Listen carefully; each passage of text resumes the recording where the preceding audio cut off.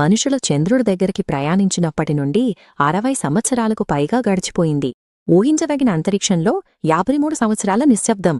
Apollo యుగంలో చంద్ర ఉపరితలాన్ని అన్వేషించేందుకు పంపిన మనుషులందరూ ఒకే విధమైన లక్షణాలు కలవారు. చంద్రుడిపై నడిచిన లేదా అతని చుట్టూ ప్రదక్షిణ చేసిన ప్రతి వ్యోమగామి తెల్లవారు పురుషులు టెస్టు పైలట్లు మాత్రమే. ఆ ముద్రను చెరిపివేయడానికే ఆర్టెమిస్ 2 రూపుదిద్దుకుంది. సమాజంలోని విస్తృత వర్గాలను ప్రతిబింబించేలా నాసా తన సిబ్బంది నిర్మాణాన్ని ఉద్దేశపూర్వకంగా మార్చుతోంది. అంతరిక్ష అన్వేషణ ముఖాన్ని నవీకరించడమనేది మనం మళ్లీ అంతరిక్షంలోకి అడుగుపెడుతున్నప్పుడు మానవ జాతిని ఎవరు ప్రాతినిధ్యం వహించాలి అనే ఉద్దేశపూర్వక నిర్ణయం. ఈ ప్రయాణానికి నాయకత్వం వహించేది కమాండర్ రీడ్ వైస్మెన్. ఈ మిషన్ను నడిపించే బాధ్యతను భుజాన వేసుకున్న అనుభవజ్ఞుడైన వ్యోమగామి. ఆయనతో పాటు పైలట్ విక్టర్ గ్లోవర్ ఉన్నారు. ఆయన డీప్ స్పేస్ చంద్ర మిషన్కు నియమించబడిన తొలి నల్లజాతి వ్యోమగామిగా చరిత్రలోకి అడుగుపెడుతున్నారు. ఆయనతో పాటు మిషన్ స్పెషలిస్ట్ క్రిస్టీనా కోచ్ కూడా ఉన్నారు. ఈ అంతరిక్ష నౌక భూమి కక్షను విడిచిపెట్టినప్పుడు చంద్రుడికి ప్రయాణించే తొలి మహిళగా ఆమె నిలవనుంది. క్రూ సభ్యులను పూర్తి చేస్తూ జెరెమీ హాన్సన్ ఉన్నారు. చంద్రయాన ప్రయాణంలో పాల్గొనబోయే తొలి కెనడియన్ పౌరుడిగా ఆయన ప్రత్యేకమైన పాత్రను పోషిస్తున్నారు. ఈ నలుగురు వ్యక్తులు తమ ప్రాతినిధ్యం వహించే జనాభా వర్గాల నెరవేరని ఆశయాలను మోస్తున్నారు. 60 సంవత్సరాలుగా తమకు అందుబాటులో లేని పాత్రల్లోకి అడుగుపెడుతున్నారు. వారినక్కడికి తీసుకెళ్లేందుకు నాసా ఫ్లోరిడాలోని కెన్నెడీ స్పేస్ సెంటర్లో 322 అడుగుల పొడవైన స్పేస్ లాంచ్ సిస్టమ్ రాకెట్ను సిద్ధం చేసింది. సమయం అత్యంత ఖచ్చితంగా నిర్ణయించబడింది. లాంచ్ కౌంట్డౌన్ ప్రక్రియలు మంగళవారం మధ్యాహ్నం ఖచ్చితంగా 3 గంటలకు ప్రారంభమవుతాయి. బుధవారం సాయంత్రం 6 గంటల 2 నిమిషాలకు ఈస్టర్న్ స్టాండర్డ్ టైంలో లక్ష్యంగా లిఫ్టాఫ్ విండోను సాధించేందుకు ప్రయత్నిస్తారు. ఈ లాంచ్ విండోను చేరుకోవడం కోసం భారీ ప్రయత్నం చేయాల్సొచ్చింది. ఈ మిషన్ 2 నెలల ఆలస్యాన్ని ఎదుర్కొంది. ముఖ్యంగా కీలకమైన ఇంధన లీకులు మరియు ప్యాడ్పై వరుసగా ఏర్పడిన సాంకేతిక సమస్యల వల్ల. నాసా ఇటీవలే విమాన మరియు గ్రౌండ్ సిస్టంలపై కఠినమైన సమీక్షలను పూర్తి చేసింది.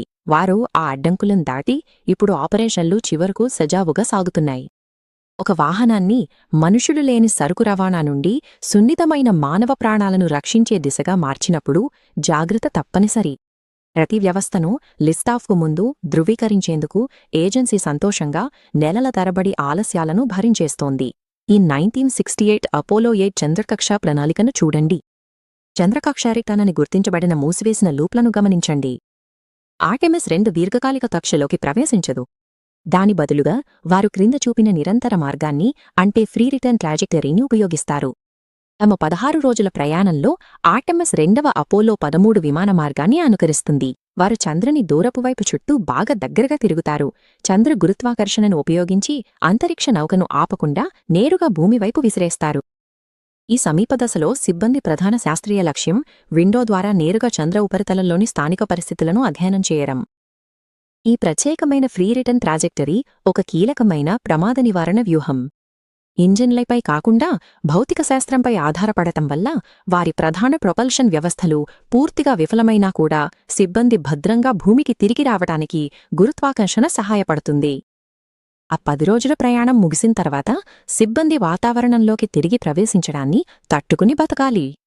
క్యాప్స్యూల్ భూమిపై భాగ వాతావరణంలో వేల మైళ్ల వేగంతో దూసుకెళ్తోంది. తీవ్రమైన ఘర్షణ మరియు వేడిని తట్టుకుంటుంది. వారు అత్యంత వేడి దశను దాటి వచ్చిన తర్వాత ఖచ్చితమైన సమయానికి అనుగుణంగా పరాచోట్లు తెరుచుకుంటాయి. అంతరిక్ష నౌకను వేగంగా మందగించజేస్తాయి. నాసా రికవరీ ప్రణాళికలో చివరి దశ ఖచ్చితమైన స్ప్లాష్ డౌన్. సిబ్బందిని పసిఫిక్ మహాసముద్రంలో నిర్ణయించిన లక్ష్య ప్రాంతంలో సురక్షితంగా దించడమే. విజయవంతమైన స్ప్లాష్డౌన్ అనేది జీవన సహాయక మరియు థర్మల్ ప్రొటెక్షన్ వ్యవస్థలు ప్రయాణంలో అత్యంత తీవ్రమైన దశలో కూడా మనుషులను బతికించగలవని తుది సాక్ష్యం.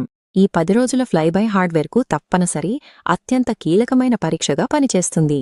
ఆర్టెమిస్ 2 విజయవంతమైతే నిపుణుల అంచనాల ప్రకారం కేవలం 2 సంవత్సరాల్లోనే ఆర్టెమిస్ 3 సమయంలో మానవులు మళ్లీ చంద్ర ఉపరితలంపై అడుగుపెడతారు. ఈ 53 సంవత్సరాల విరామాన్ని సిబ్బందితో కూడిన వాహనంతో దాటి రావడం ఆర్టెమిస్ 3కి ముందస్తు అర్హత. అక్కడ మనుషులు చంద్రుని చుట్టూ తిరిగే దశ నుంచి నేరుగా దానిపై అడుగుపెట్టే దశకు మారతారు.